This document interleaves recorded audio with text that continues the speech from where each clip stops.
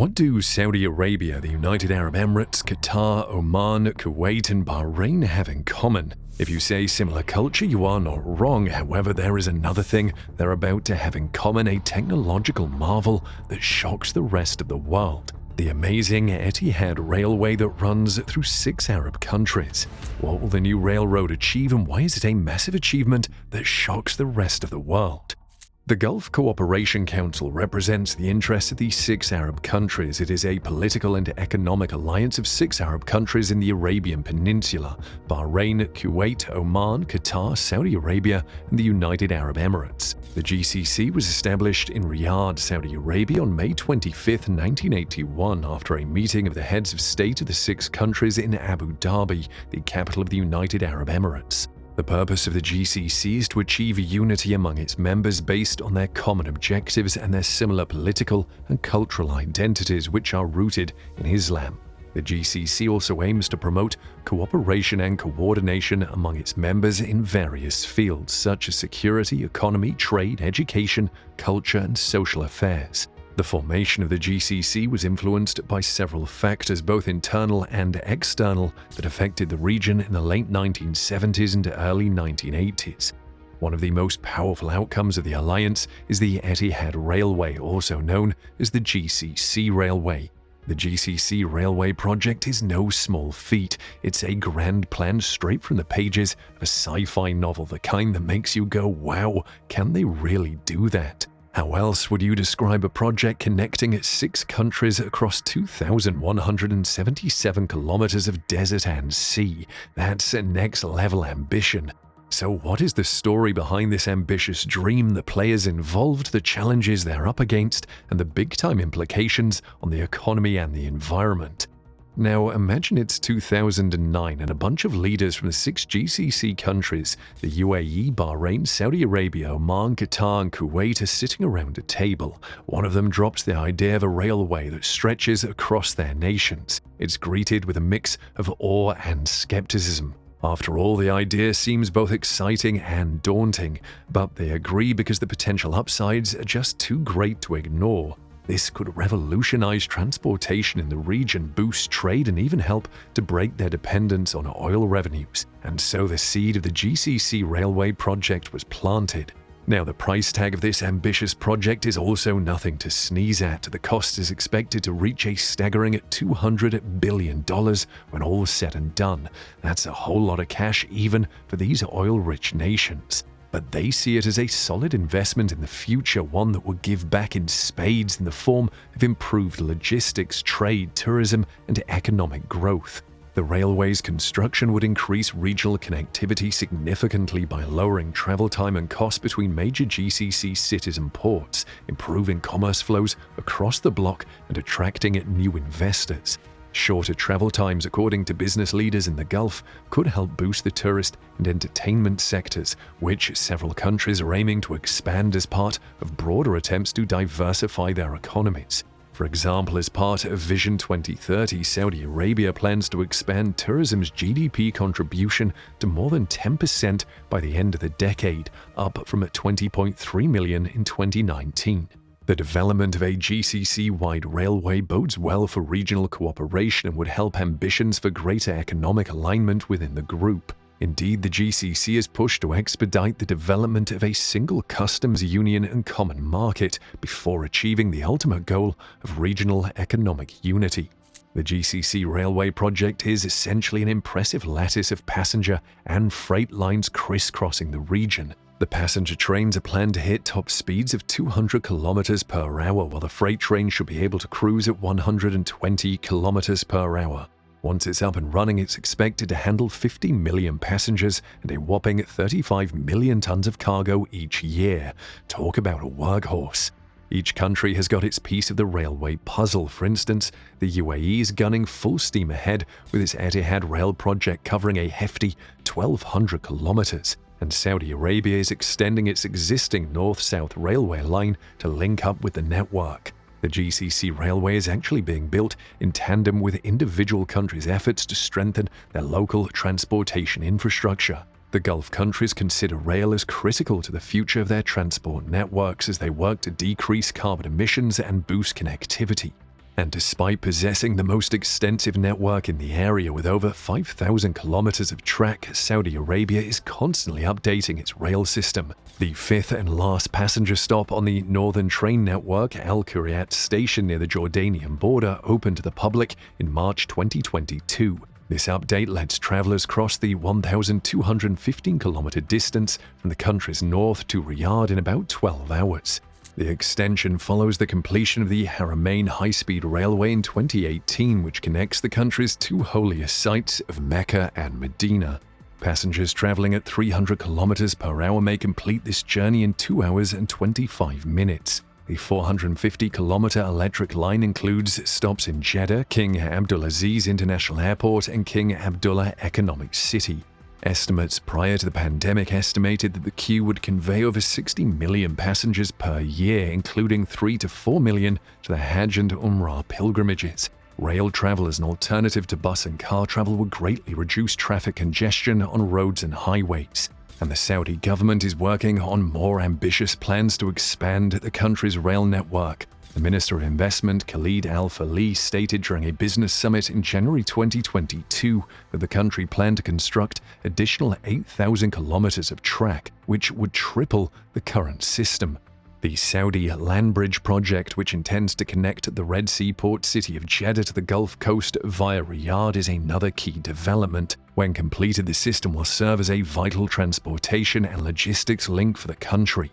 The UAE has also made significant investments in rail infrastructure. In addition to Emirates-specific projects such as the Dubai Metro and Dubai Tram systems, which debuted in 2013 and 2014 respectively, there have been UAE-wide projects in recent years.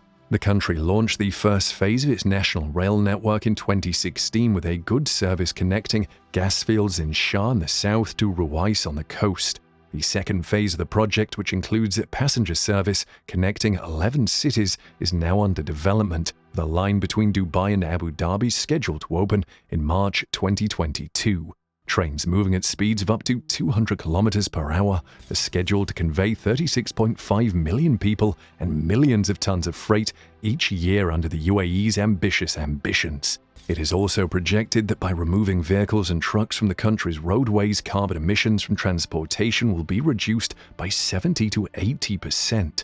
Train travel between Abu Dhabi and Dubai, the UAE's two major cities, is estimated to take around 50 minutes once completed, while the trip from Abu Dhabi to Fujairah is expected to take around 1 hour and 40 minutes, roughly half the time it takes by car. In terms of economic impact, Emirati officials estimate that the $13.6 billion spent on the project will create roughly $54.5 billion for the economy. Connecting rural areas to larger cities will also generate substantial economic prospects in developing countries. And Qatar has also enhanced its transportation network, making it safer, cleaner, and more cost-effective to travel within the country.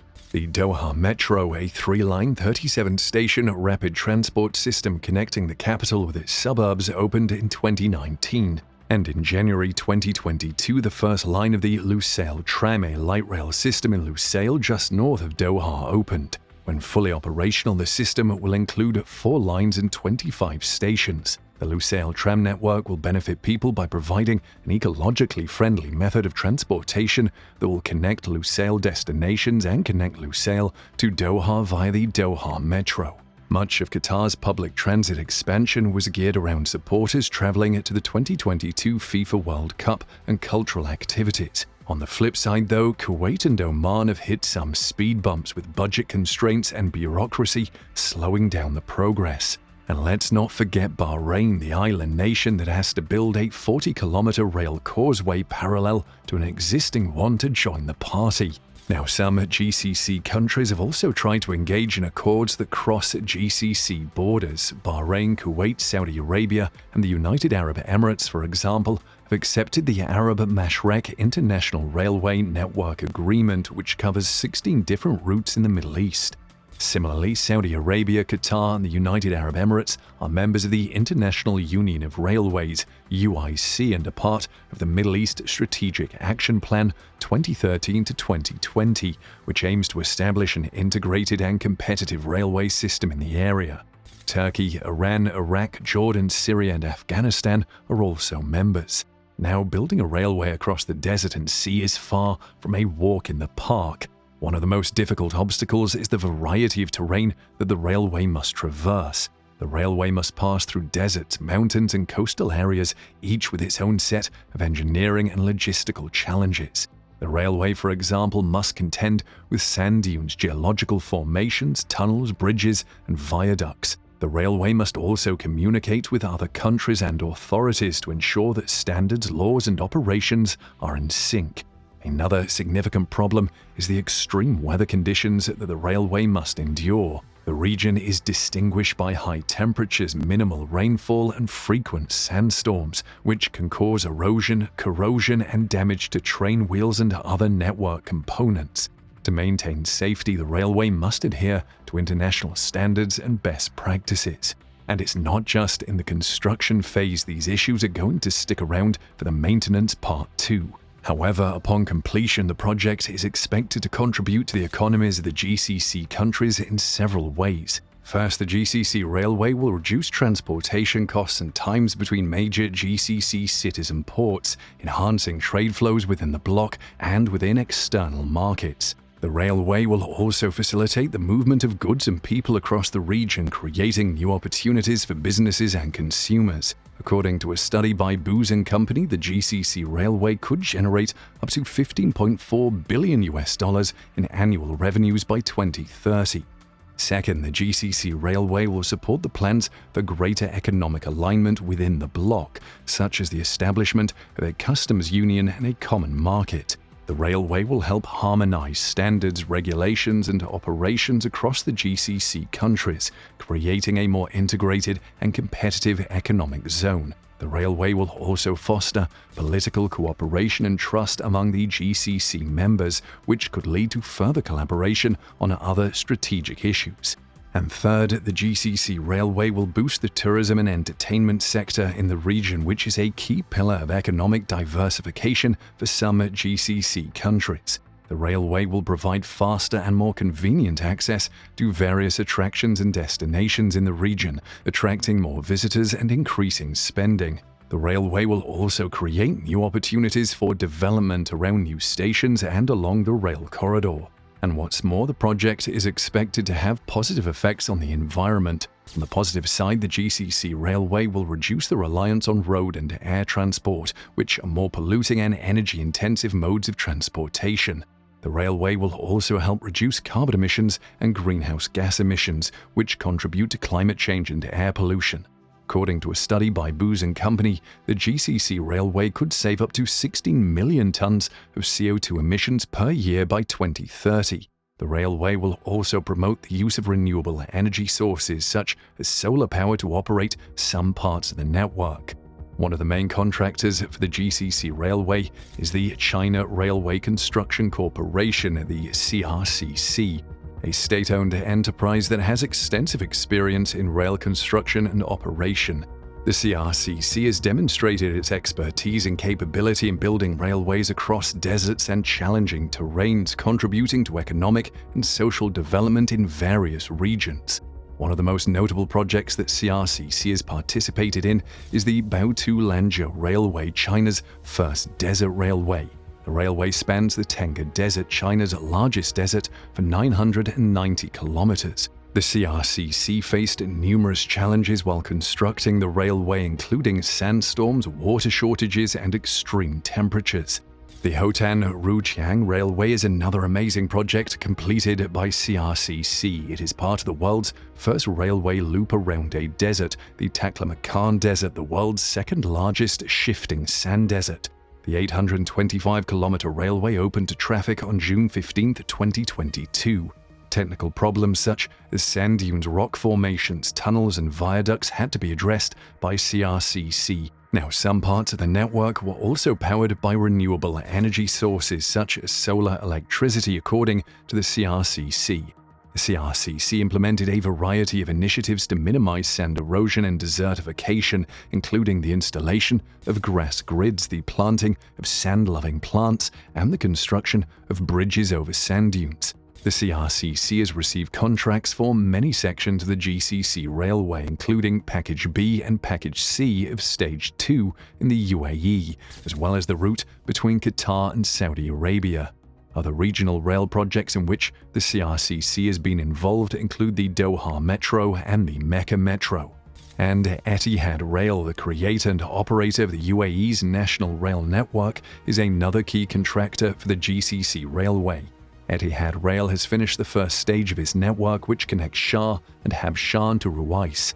Etihad Rail is now working on Stage 2, which will connect Abu Dhabi and Dubai to the borders of Saudi Arabia and Oman. And Etihad Train has also finished digging the GCC's longest train tunnel in the Hajar Mountains. Local and international firms with competence in various parts of rail engineering and construction are among the other contracts for the GCC railway.